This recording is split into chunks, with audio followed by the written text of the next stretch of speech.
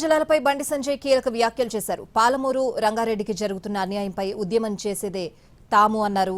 కేసీఆర్ మెడలు వంచామన్నారు. అప్పుడు కేసీఆర్ చేస్తున్న అన్యాయం కాంగ్రెస్ నేతలు ఎందుకు మాట్లాడలేదన్నారు. పాలమూరు రంగారెడ్డి ప్రాజెక్టుకు మొదట మోసం చేసిందే కాంగ్రెస్ అని ఆరోపించారు. రాష్ట్ర పునర్విభజన చట్టంలో పాలమూరు రంగారెడ్డి ప్రాజెక్టును ఎందుకు చేర్చలేదని ప్రశ్నించారు. అలా చేయనందునే ఈ ప్రాజెక్టుకు జాతీయ హోదా అనుమతులు రాలేదని పేర్కొన్నారు. తెలంగాణలో కాంగ్రెస్, బీఆర్ఎస్, ఆంధ్రప్రదేశ్లో వైసీపీ, టీడీపీ, ఆ రెండు రాష్ట్రాల నాయకులు, ఈ రెండు రాష్ట్రాల నాయకులు, ఇదంతా కూడా ఒక పొలిటికల్ డ్రామా. తెలంగాణ రాష్ట్రంలో కాంగ్రెస్ది, బీఆర్ఎస్ది ఒక పొలిటికల్ డ్రామా. కాంగ్రెస్ పార్టీ ఆలోచన అంటే వాళ్ళ 6 గ్యారెంటీల మీద చర్చ జరగదు. బీఆర్ఎస్ పార్టీ ఆలోచన ఏంటంటే మా అవినీతి మీద చర్చ జరగదు. ఈ ఇద్దరు లోపాయకార ఒప్పందంతో ఇదంతా పొలిటికల్ డ్రామా ఇవాళ ఆడుతూ ఇవాళ ప్రజల దృష్టి మళ్లించే ప్రయత్నం ఈ రెండు పార్టీలు చేస్తున్నాయి. కాబట్టి ఆ జలాల విషయంలో ఇవాళ వాస్తవాలను ఇవాళ మొదటి నుంచి కూడా కొట్లాడింది భారతీయ జనతా పార్టీ.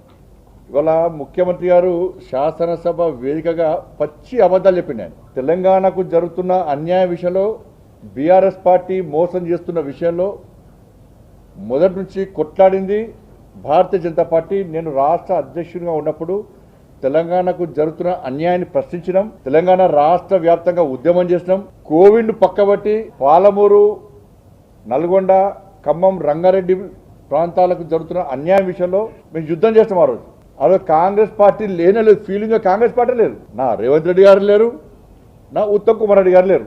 ఏ రోజు వీళ్ళు ప్రశ్నించలే, ఏ రోజు ఒక లేఖ రాయలే, ఏ రోజు ఒక ఉద్యమం కూడా చేయలే కాంగ్రెస్ పార్టీ. ఆ రోజు ఉద్యమం చేసినట్టు చూపట్టమని సవాల్ చేస్తున్నా.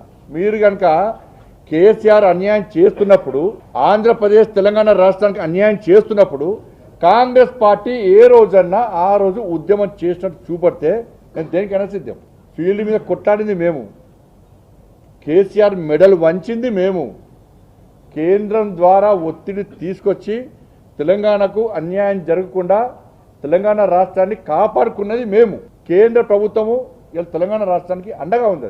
రెండు రాష్ట్రాల మధ్యలో భేదాభిప్రాయాలు ఉండొద్దు, విభేదాలు ఉండొద్దు, సమన్వయంతో సామరస్యపూర్వకంగా న్యాయం జరుపుకునే విధంగా ఉండాలని చెప్పి కేంద్రము ఆ రోజు స్పందించి తెలంగాణ రాష్ట్రానికి అన్యాయం జరగకుండా చూసింది కేంద్ర ప్రభుత్వం, మోడీ గారి ప్రభుత్వం. ఆ రోజు జలశక్తి మినిస్టర్ గజని షెకావత్ గారు. ఇది వాస్తవం. ఈరోజు అసెంబ్లీ పెట్టుకొని కేసీఆర్ అన్యాయం చేసి ఉంటే అన్యాయం చేస్తే కొట్టాలి మీరా? ఆ రోజు ముఖ్యమంత్రి గారు రేవంత్ రెడ్డి ఏరున్నారు, ఉత్తమ్ కుమార్ రెడ్డి గారు ఏరున్నారు. మీ పార్టీ లేదప్పుడు. దుబ్బాకల్లో డిపాజిట్ రాలే, మీకు హుజరాబాద్లో డిపాజిట్ రాలే, మున్గోడులో డిపాజిట్ రాలే, హైదరాబాద్లో 2 సీట్లు, వరంగల్లో 1 సీట్ రాలే, కరీంనగర్లో 1 సీట్ రాలే, కార్పొరేషన్లో నిజామాబాద్లో 1 సీట్ రాలే. కాంగ్రెస్ పార్టీ ఏం లేకుండా పోయింది. మీ కాంగ్రెస్ పార్టీ నాయకులు అందరూ కూడా బీజేపీ సిద్ధంగా ఉన్నారు ఆ రోజు.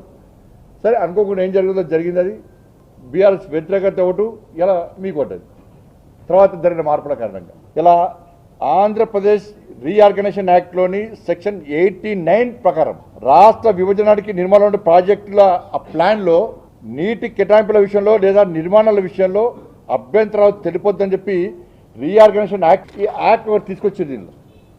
ఈ యాక్ట్లో కేవలము 6 ప్రాజెక్టులు మాత్రమే ఉన్నాయి. అంటే ఈ యాక్ట్ ప్రకారం ఈ 6 ప్రాజెక్టులు నిర్మాణం చేసుకోవచ్చు, దీనిలో ఎలాంటి అభ్యంతరాలు పెట్టొద్దు అని ఆంధ్రప్రదేశ్ రీఆర్గనైజేషన్ యాక్ట్లో క్లియర్గా ఉంది. ఈ 6 ప్రాజెక్టుల నిర్మాణాలు చేపట్టుకోవచ్చు. ఈ 6 ప్రాజెక్టుల నిర్మాణంలో ఇరు రాష్ట్రాలు ఎక్కడ అభ్యంతరాలు చెప్పుకోవద్దు అని కాంగ్రెస్ పార్టీ హయాంలో ఆంధ్రప్రదేశ్ రీఆర్గనైజేషన్ యాక్ట్లో ఉంది. ఈ 6 ప్రాజెక్టులలో అసలు పాలమూరు రంగారెడ్డి లేదు. జిల్లా పాలమూరు రంగారెడ్డి పేరే లేదు. ఇది క్లోజర్లో చూపట్టున్నారు అనేది. పాలమూరు రంగారెడ్డి ప్రాజెక్ట్ పేరే లేదు జిల్లా. ఇది ఇంతవరకు ఎక్కడ కూడా కనీసం బయట రాలేదు. పాలమూరు రంగారెడ్డి పేరే లేదు. ఈ యాక్ట్లో మరణ శాసనం అనేది ఇది. తెలంగాణ రాష్ట్రానికి మరణ శాసనం అనేది ఇది. అసలు యాక్ట్లో పాలమూరు రంగారెడ్డి లేదు. మిగతా 5-6 ప్రాజెక్టులు ఉన్నాయి. దీనికి జాతీయ హోదా ఎట్లా ఇస్తుంది కేంద్ర ప్రభుత్వం? అనుమతులు ఏ విధంగా ఇస్తుంది? ఇవాళ పాలమూరు రంగారెడ్డి అని వీళ్ళు వాళ్ళు చెప్తున్నారు వీళ్ళు. మరి కేసీఆర్ అనే మూర్ఖుడు ఈ యాక్ట్ బాగా 80,000 పుస్తకాలు చదివినవు నువ్వు, ఇది చదివిన లేదా నువ్వు? కాంగ్రెస్ పార్టీ చేసిన తప్పిదాన్ని కేసీఆర్ అనే ముఖ్యమంత్రి పదవి ఉన్నప్పుడు ఎందుకు బయట పెట్టలేకపోయాడు? ఇది తెలిసి కూడా నువ్వు మళ్ళీ పాలమూరు రంగారెడ్డి నేను స్టార్ట్ చేస్తాను.